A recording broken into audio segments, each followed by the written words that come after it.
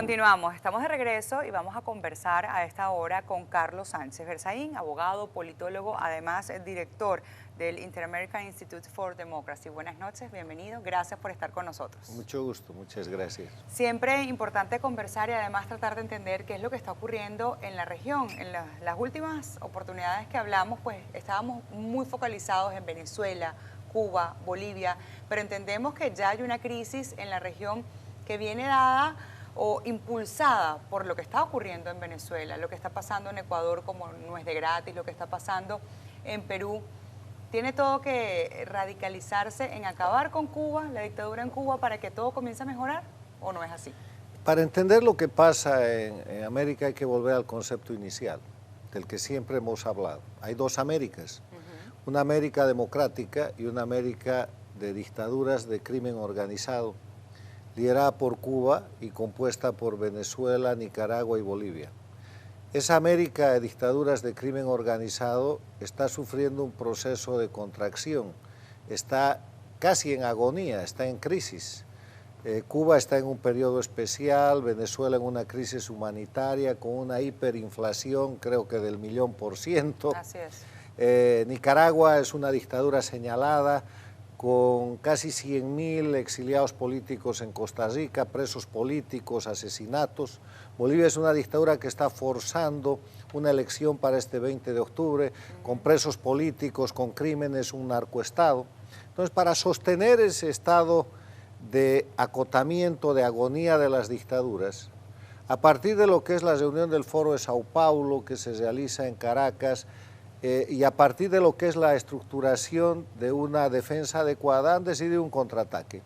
Y el contraataque se pone de manifiesto desde hace rato en la belicosidad del ELN en Colombia para desestabilizar el gobierno del presidente Duque. Correcto. Después aparece el escenario del rearme de las FARC con el soporte venezolano en contra del gobierno del presidente Duque y el show que monta el dictador Maduro tratando de generar un conflicto internacional entre Venezuela y Colombia.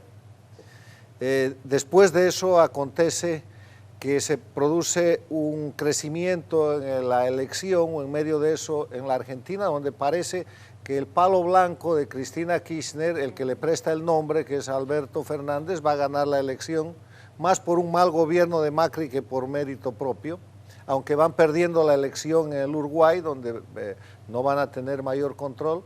Se produce la metodología absolutamente castrochavista, el cierre del Congreso en el Perú, y finalmente ayer se conoció un comunicado de la FARC apoyando las protestas en el Ecuador. Bueno, y ahí va, y en el Ecuador, donde hay que dictar una medida económica que es resultado del desgobierno y del hiperendeudamiento de la dictadura de Correa, se produce un golpe de Estado, porque lo que se está viendo en el Ecuador es el intento de derrocar al presidente Lenín Moreno. ¿Qué es todo eso? Eso no se puede leer aisladamente.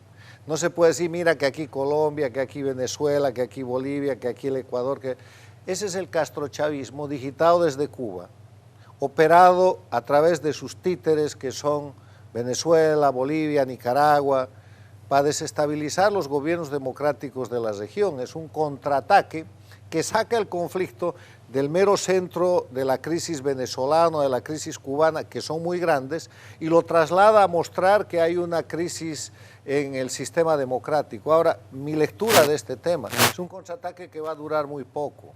Es un contraataque que se parece al contraataque que hizo Hitler en la Segunda Guerra Mundial, cuando Europa ya estaba ocupada parcialmente por los aliados, y él hizo el contraataque de las Ardenas, donde sorprendió a los aliados, pero lo sorprendió por unos pocos días, porque a los pocos días se quedó sin munición, sin diésel y sin combustible. O sea, no es posible que vuelva el socialismo del siglo XXI a Ecuador y que triunfe una vez más Evo Morales en Bolivia.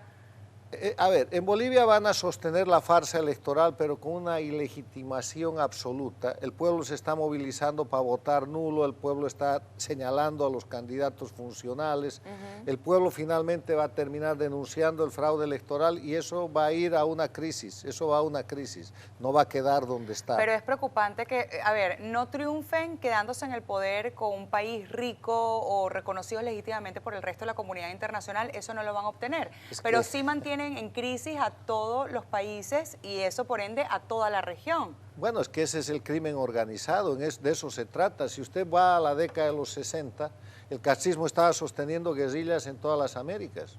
O sea, la guerrilla en Bolivia, la guerrilla que se estaba abriendo en Centroamérica. En la década de los 70 y 80, guerrilla, narcoterrorismo, guerrilla urbana en la Argentina.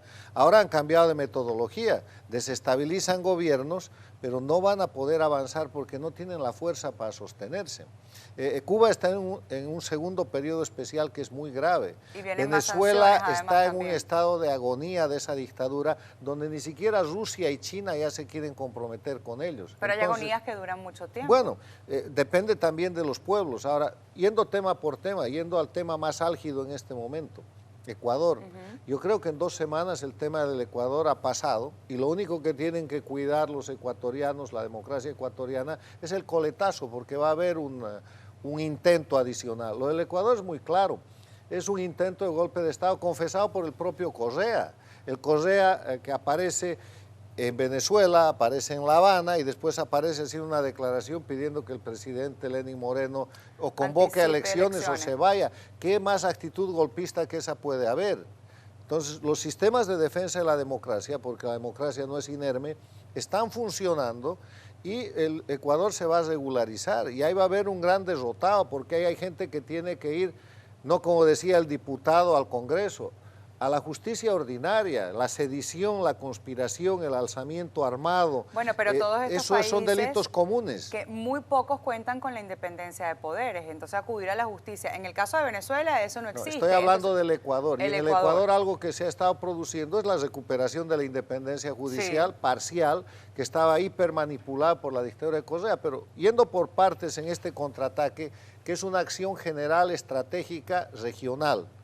En el tema del Ecuador van a perder, ya perdieron, van perdidos, de aquí para allá es solamente el desarmar y el poner cada vez más en evidencia ese golpe de Estado, como lo acaba de hacer la ministra del Interior del Ecuador con los detenidos venezolanos y las agendas.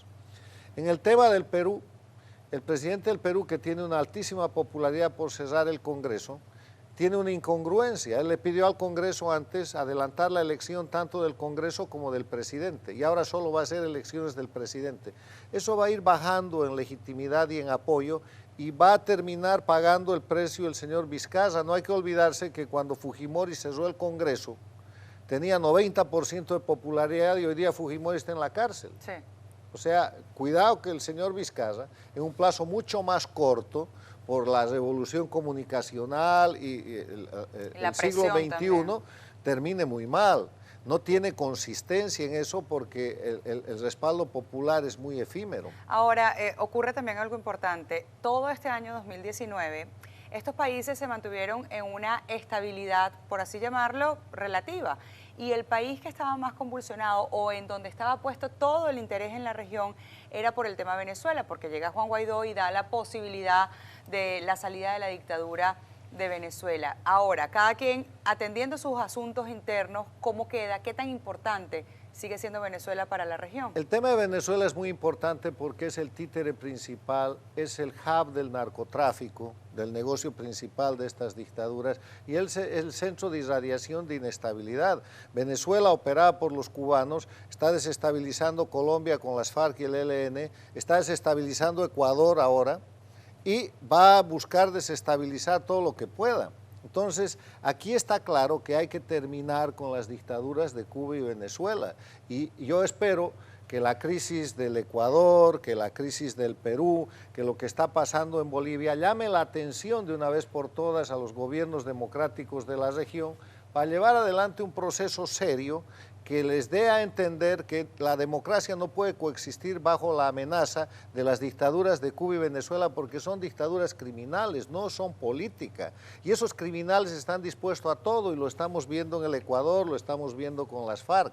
Entonces, la democracia a nivel internacional tiene que avanzar. Hay un avance importante en el tema del TIAR. Yo creo que el que está haciendo las cosas realmente en serio es la política exterior de los Estados Unidos. Y ahí lo detengo porque tengo que hacer una pausa y al regreso seguimos hablando de esa política interior, o es solamente o es solamente un capricho del presidente estadounidense Donald Trump. Hacemos la pausa y regresamos.